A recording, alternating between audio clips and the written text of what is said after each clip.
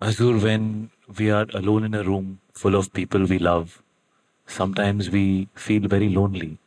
What is that feeling, Azur? Is it remembering the Lord in some way? You see, it's the need of the soul seeking its true self. Now, most of us think that having the relationships around you, worldly things, and that you'll get contentment from all these. No matter how much wealth you have, what position you have, how good relatives you have, there will always be something lacking, and that can only be fulfilled when when the soul merges with the Shabad, with its true self. And until that time, and that's where we are mistaken, where we think that we will get joy and happiness from relationships, from satisfaction of our desires. They only, I mean, mind is like a bottomless well. Whatever you give it, it only increases its hunger, its desire for more. And the true satisfaction will only come from within. So then, Babaji, is the feeling of Vireh a blessing? That's the main thing. I mean, the biggest blessing he can give us is Vireh. Because the mind is a very strong entity. As long as it doesn't feel the need for something, it's not going to make a sacrifice. You see, so when that virha rises, that longing arises within us, only then we actually or truly make an effort. Otherwise, it's a very half-hearted effort.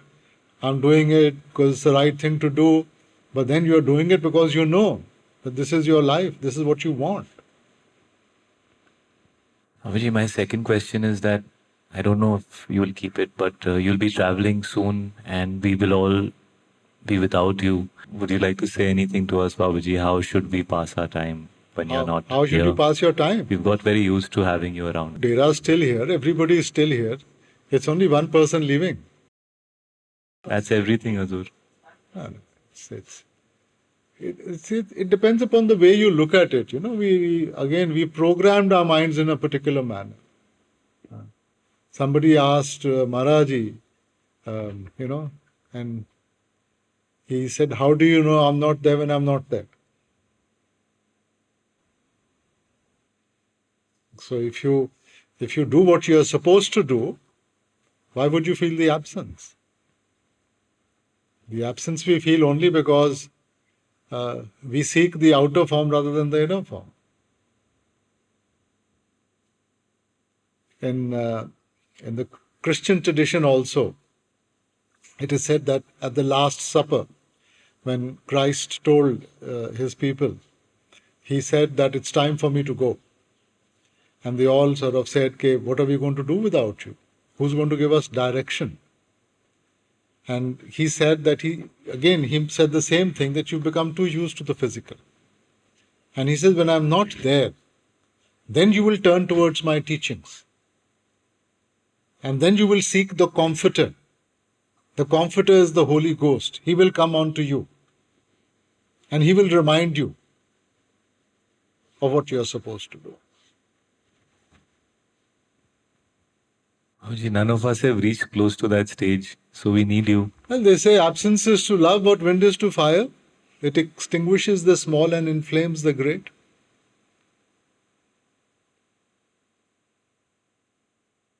So that's how you'll get to know whether the flame is strong enough or. Thank you, Babaji.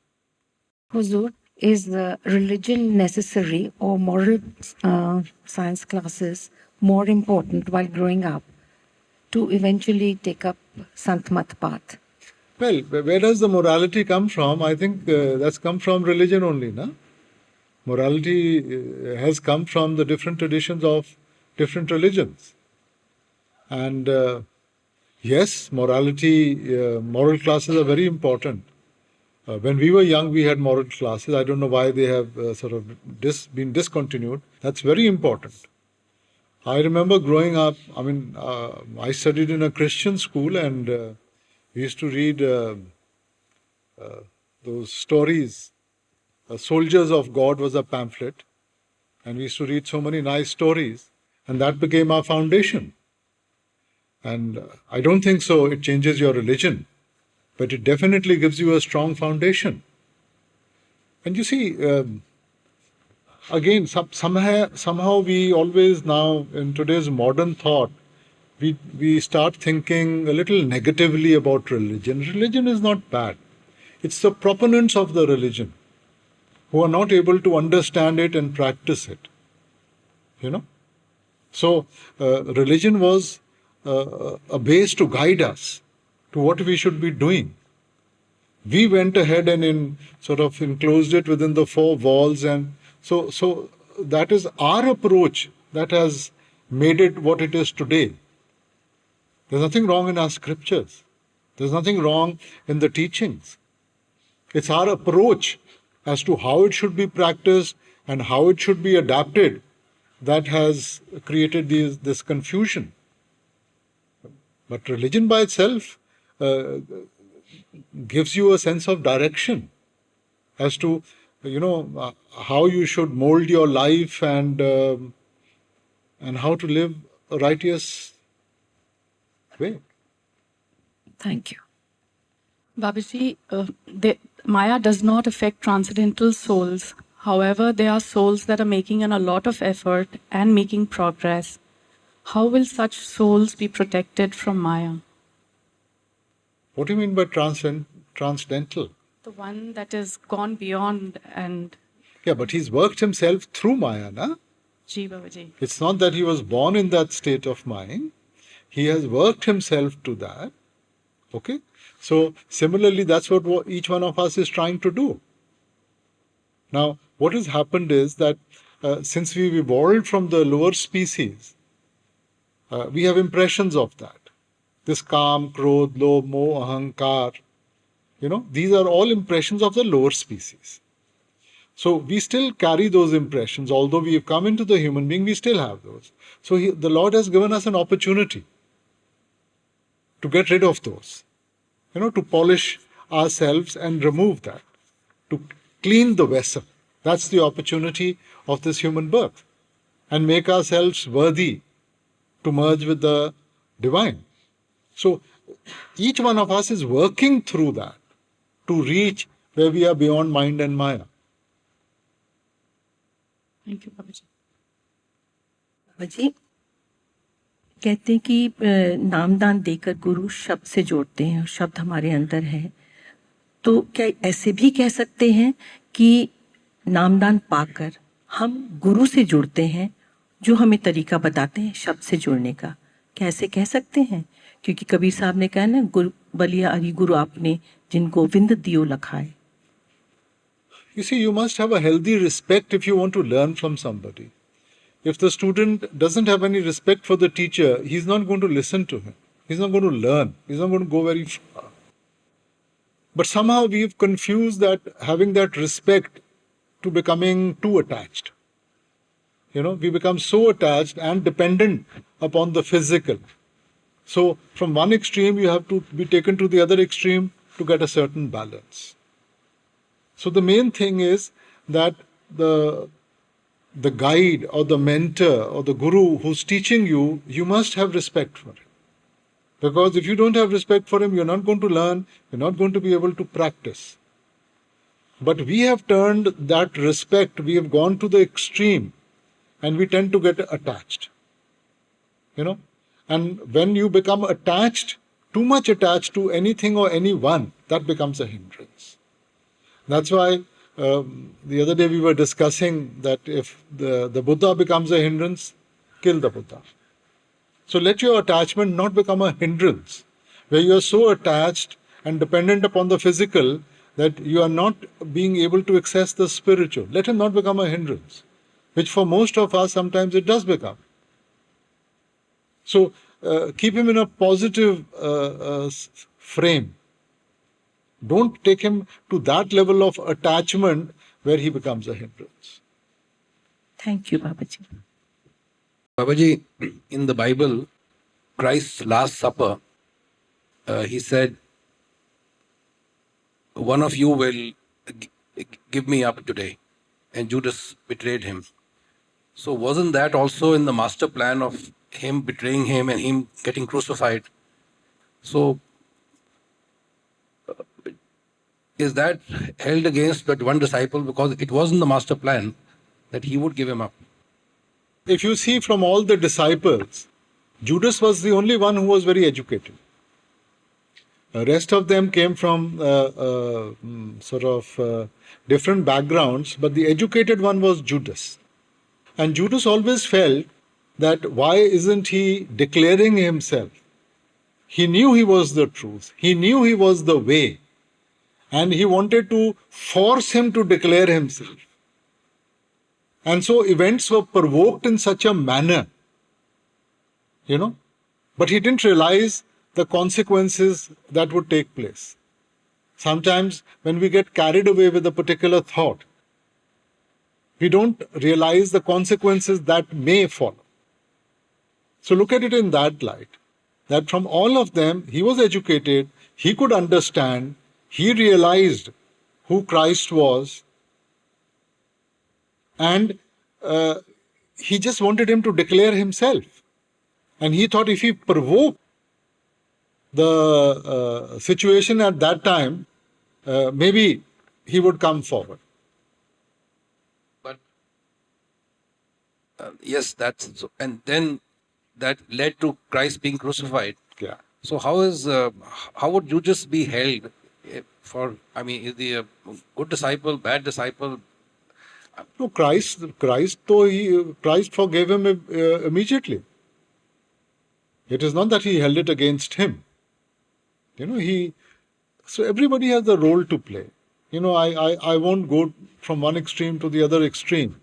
But definitely, it is not that he was not a good disciple. It was not that he didn't believe in Christ. And whatever was done, I think he didn't foresee the consequences. All of us. I think sometimes we do things where we put the teacher in an awkward position. But to say that he was not a good disciple, I think he was a good disciple. My next question is, the best disciple of God was Carl, and that's why he was given that responsibility, important responsibility. But everything in this world that goes wrong, we blame it on Carl. Well, we see Carl as time. Time. We say time is a great healer. We say time exacts its price from us. Okay.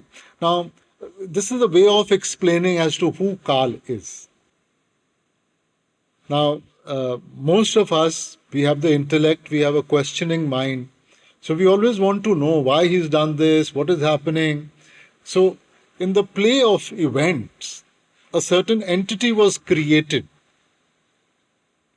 Although that was time, but a certain entity was created to explain to us.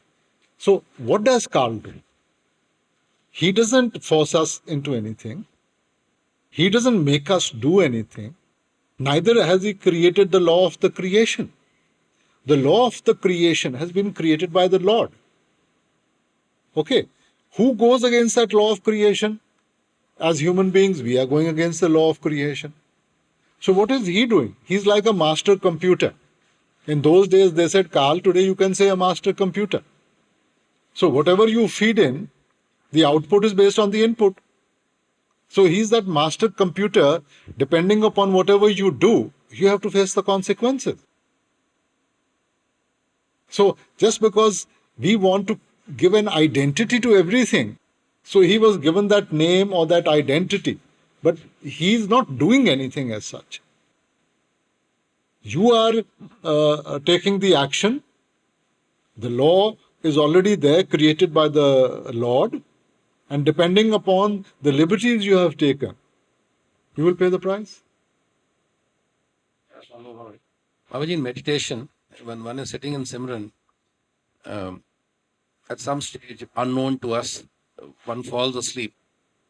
And then one wakes up and that carries on. And you don't really know when the Simran is on and when the sleep comes and again goes on. So how does one... Well, sometimes it's not sleep. We think it's a sleep. For us, when you sort of lose conscious when you go into a certain dream state, we think that we've gone to sleep. But when the surat starts rising, when your consciousness starts rising, you come into a state where you can call it the unknown for beginners. So you don't know whether the consciousness has risen or you've gone to sleep. So the thing is that when you realize and when you come back into the wakefulness, start your Simran again. But it's also rising of the consciousness that takes you into that state. It's basically, it's like you've got a glass full of water and you want to have tea. So you're emptying the glass to be able to put tea. So it's like a vacation of the mind where a certain focus is coming in and you're vacating the mind of other thoughts. So that emptiness takes place. So Babaji, then that sleep is good. If that carries on and one keeps sitting and one isn't that That eventually it will take you. You see, today our senses are very crude. What we are trying to is awaken that consciousness where our awareness increases. So as long as the senses are crude, you will think you've gone to sleep. When that awareness takes place, then you will be aware even of that state. Baba ji ਇੱਕ disciple ਦਾ ਆਪਣੇ ਸਤਿਗੁਰੂ ਨਾਲ ਅਟੁੱਟ ਪਿਆਰ ਉਹਨੂੰ ਤੁਰ ਮੰਜ਼ਿਲ ਤੱਕ ਲੈ ਜਾਏਗਾ ਜੇ ਉਸ ਅਵਸਥਾ ਤੱਕ ਪਹੁੰਚ ਜਾਂਦੇ ਤਾਂ ਸਵਾਲ ਤਾਂ ਉਹੀ ਹੋ ਜਾਂਦਾ ਨਾ ਅਟੁੱਟ ਪਿਆਰ ਜੀ ਜਿੱਥੇ ਵਿਸ਼ਵਾਸ ਤੁਹਾਡਾ ਇੰਨਾ ਹੈਗਾ ਕਿ ਤੁਸੀਂ ਕੋਈ ਸਵਾਲ ਨਹੀਂ ਕਰਦੇ ਮਗਰ ਆਪਾਂ ਤਾਂ ਸਵਾਲ ਕਰਦੇ ਆ ਨਾ ਆਪਾਂ ਤਾਂ ਹਰੇਕ ਕਦਮ ਵਿੱਚ ਜੋ ਵੀ ਕਹਿੰਦਾ ਹੈਗਾ ਤੁਹਾਡਾ ਇੰਟੈਲੈਕਟ ਤਾਂ ਹਲੇ ਕੰਮ ਕਰ ਰਿਹਾ ਨਾ ਸੋ ਮੈਂ ਪਹਿਲਾਂ ਵੀ ਇਹ ਬੇਨਤੀ ਕੀਤੀ ਸੀਗਾ ਕਿ ਬੜੇ ਬਿਰਲੇ ਆ ਜਿਨ੍ਹਾਂ ਕੋਲੇ ਇੰਨਾ ਪਿਆਰ ਹੁੰਦਾ ਹੈ ਇੰਨਾ ਅਟੁੱਟ ਪਿਆਰ ਹੁੰਦਾ ਹੈ ਔਰ ਮੋਸਟਲੀ ਉਹੀ ਫਿਰ ਅੱਗੇ ਜਾ ਕੇ ਮੁਰਸ਼ਿਦ ਖੁਦ ਬਣ ਜਾਂਦੇ thank you Baba ji Babaji, when we are living our lives, does God exercise His will to make our lives better? If no, then for us on a one-to-one basis, for our 60, 70 years, God does not have any free will. God doesn't have free will. But if He's not exercising, if He's not making our lives any better or When something. you're bringing up your child, you are not going to tell him at every stage what to do and what not to do. You want him to learn, so that he can stand on his own feet. You can put him in a situation, but then you want him to start reacting and understanding what is the best way to go forward. The easiest thing is to do everything for the child, but then that child will never learn. So you will create certain situations in life for him to go through them, to make his choices and learn, so that the child can stand shoulder to shoulder with you. Then you will, as a parent, say that, yes, my responsibility is done. So our lives are not destined to start with. Our karmas have not, No, karmas is something you've created. It's not Yeah, the from- Lord has created. from your our karma. previous lives. Whatever, whether it's previous life or this life, that is your action. Your actions makes karma, na? Which has given us the destiny So of this the life. sum total of your karmas is your destiny. Correct. Destiny puts you into a situation. Now it's up to you. I often give the example of playing cards. Now you can't choose cards. A hand is dealt out to you, right? So that is your destiny. Your cards for this life have been dealt out to you, which is based on your earlier life. And we can't. Now you could have a wonderful hand, make the wrong moves and lose the game, and you could have a terrible hand, make the right moves and win the game. And we can't really pray to God to change our destiny as such. You see, when we pray or when we try and invoke His name to bless us, that is more for ourselves. It's a release. When you talk of your problems with someone, it's a release for you. But to say that He can solve your problem, He can't. Now, if the Lord has created the destiny, you have to go through that. Now, if I say that, look, I don't like this, please change it. It's not going to change. I'm just expressing myself. I'm just finding a release. I'm just unburdening myself. When I'm praying to Him, I'm just unburdening the pressure of my mind. But to say that I pray for something to change in my life or my destiny, that destiny will be changed, it won't. And finally, we are all dependent on His forgiveness, right? In the end, Well, let me put it this way, He never judges. He's all forgiving. He never judges. He's willing to forgive. The question is, you have to go up to Him and recognize your true self. If I don't recognize and I think I'm always right, then what is there to forgive? I have to recognize that fact that yes, I'm wrong. Do we recognize the fact that we are wrong? He's all loving. He will not. It's your own guilt that troubles you. It's not that the Lord is sitting there as a judge. He will not judge. He's willing to take you whatever you are. But it's your own guilt that prevents you. Your ego prevents you from acknowledging that you are wrong, and then your guilt troubles you and burdens you, that prevents you from moving forward towards Him. thank you very much. What I mean, we hear about the Garden of Eden, Adam and Eve. So when they ate of that fruit, what is the first thing they did? They went and hid themselves, because they were guilty. They knew they were guilty. So the clothes we wear is to hide our shame. We think it's to cover the body, it's more to hide our shame. So we have to go beyond that self where everything is open. Babaji, we are always reminded that the sound current is resounding within us all the time. And yet meditation becomes very difficult, Babaji. Some of us are constantly struggling with it. What is easy in life? Are relationships easy? No, Babaji. Is earning money easy? No, Babaji. Is bringing up children easy? No, Babaji. What is easy? For everything, we try and spend time, we try and focus, we work towards it. Ji. So why not in meditation? These relationships are more physical, they'll be left behind. Ji. At least your meditation, whatever you do, that's going to go with you. Ji. Why would you, if you're going on a journey, why would you burden yourself with everything rather than sort of seeing what you need? And in the journey of this lifetime, why would I want to burden myself with all those things which eventually become meaningless? And I'm not paying attention to that very thing which is going to go with me. Yes, Babaji. We'll try. Thank you.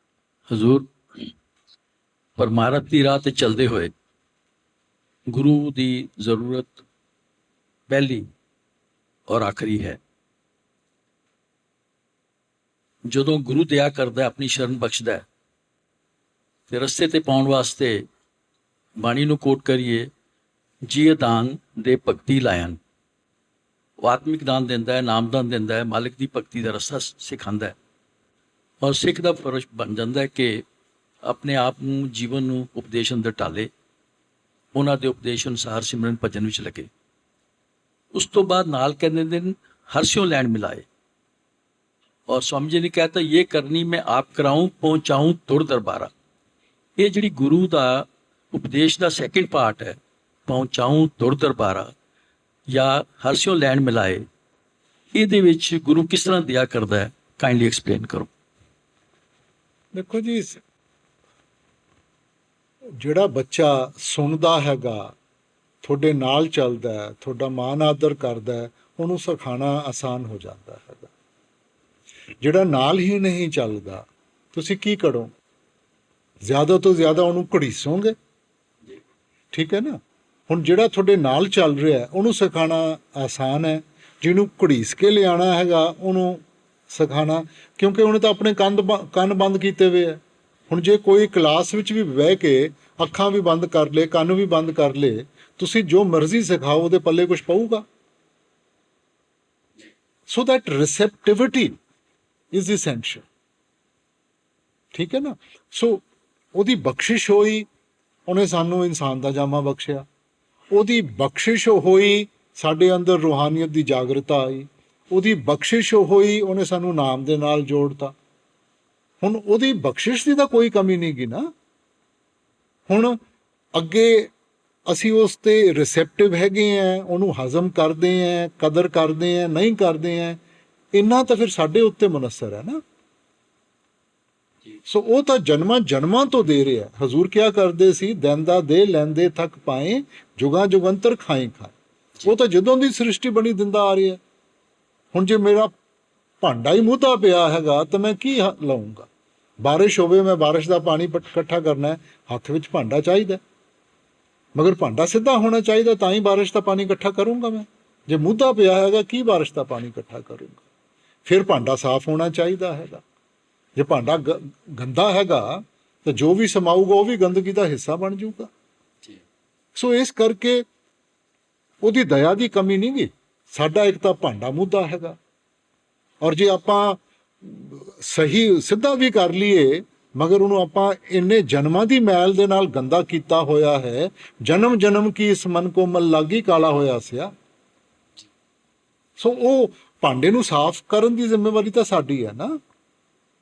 ਹੁਣ ਭਾਂਡਾ ਜਿਵੇਂ ਜਿਵੇਂ ਆਪਾਂ ਭਜਨ ਸਿਮਰਨ ਦੇ ਨਾਲ ਭਾਂਡੇ ਨੂੰ ਸਾਫ਼ ਕਰਾਂਗੇ, ਆਪਾਂ ਉਸ ਚੀਜ਼ ਦੇ ਲਾਇਕ ਬਣ ਜਾਵਾਂਗੇ, ਫਿਰ ਕਦਰ ਵੀ ਹੋਊਗੀ ਔਰ ਸੰਭਾਲਣ ਦੀ ਤਾਕਤ ਵੀ ਮਿਲੂਗੀ। Thank you, Baba. Babaji, we often talk about awareness and enlightenment. What is the difference between two, or are they at the same stage? You start with awareness. Awareness is increasing your parameters and opening yourself out from what we have limited ourselves to. And the consequence of that is enlightenment. Enlightenment means where then you become fully aware. Today we are working towards awareness. Small things. So if you, even in meditation, you will see that as you start meditating and as the focus starts coming in, you become aware of things which in your normal sort of manner you won't be aware. Even an ant walking on the floor, you will be able to hear that. In normal ways, we can't hear that ant walking on the floor. But that's the kind of awareness that will come within you, where you start feeling things, you start experience things. You know, sometimes we say, I was aware of this before it happened. That's increased awareness. Your intuitive ability starts increasing. Your intuition gets awakened. Thank you, sir. Along the same lines, Babaji talking about the Shabad. If the Shabad knows, the Shabad is God, and everything in creation is a part of that Shabad, is that Shabad. So then one who becomes increasingly aware of the Shabad becomes increasingly aware of absolutely everything in creation, ultimately. So how does that reflect in a human being? Does a human being who has that awareness have for that most of us, you know, there is a certain graph that we start as we go further on the spiritual plane. You know, it goes like this and then it dumps because you become arrogant, you become judgmental, and most of us really don't have that ability to contain it. You know, we start showing it off. We start presenting ourselves to others.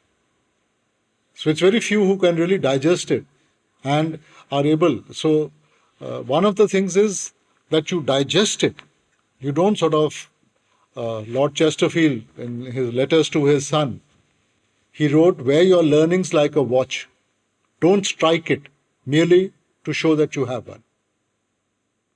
So you have a watch. You take it out when you want to see the time, not just to show it off to others. You know, they used to wear those pocket watches. So similarly, we have to learn to digest. You digest food, it will give you energy. If you don't digest it, then you're going to get bloated or you're going to throw up. So it's that ability not only to be able to access it, but also to digest it. Sometimes we are able to access it, but we can't digest it. So for a soul who's reached the divine and gone through all of that and is as a human being, how does that work? No, he will be limited by the physical. He can access, but then he has to go. If he's in the physical form, he cannot break away from the law of the physical. But he can do if he wants to. Yes, he can sort of access. I mean, he will not have the same sensitivity and the feeling like most of us do. He has a greater control. It's a very confusing one to know when the master is talking from a higher knowledge or from a human perspective. How does it make a difference? For us, we have to find our own way. He can only guide us. He can only teach us. But you have to walk the way yourself. He's not going to do it for you. So he's only providing a conducive environment. He's telling you how to go about doing it. But you have to walk the walk. It's a very rocky path, Babaji. You know, we keep on saying it's a rocky path. What is smooth in life? You think your life is very smooth? It's been blessed, that I know. No. There are lots of ups and downs. Is it sunny every day? Sometimes it becomes cloudy, sometimes it starts raining. But we don't catch our head when it starts raining and say what's going to happen. So these are ups and downs to create a certain maturity in us. Somebody who has never seen failure will never appreciate success. So you have to have a little bit of both to be able to get that maturity where you are able to go forward. So we're held back by design, in a sense. No, we are not held back by design. We are held back by lack of appreciation on our own part. We know what we have to do, but if you don't do it, there's no design. I mean, his design is that if he's given you human birth, you have the ability to do it. Now, somebody does it fast, somebody does it slow, then that's up to you. He has helped you at every stage. He's given you human birth. He's given you the support of your meditation. Now, you have to access that energy to be able to walk faster, don't you?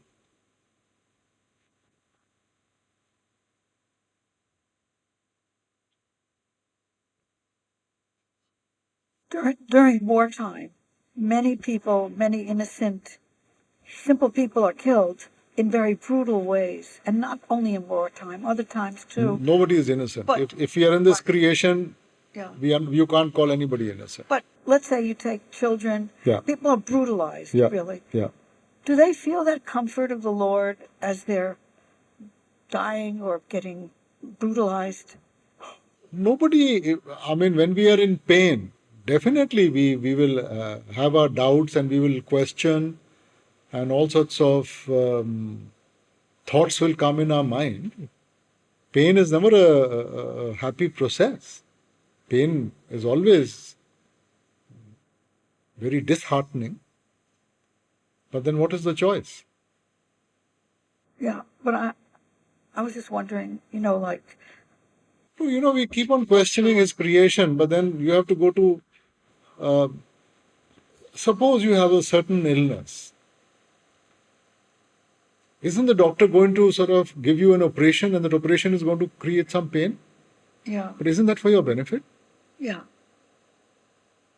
So it's the same with life. We have to go through certain pain. It's a process. I was Nobody gets pain from something he hasn't done. right. You know, so whether it's the action has been taken now or before, we are going through the consequences of our actions. As you sow, so shall you reap. So whatever seed you have sown, if you have sown the seed of pain, then that's what you are harvesting. From our point of view, we can say that, oh, a little child suffering or a grown-up man suffering or somebody else suffering. But everybody is going through the consequences of his or her action. Right.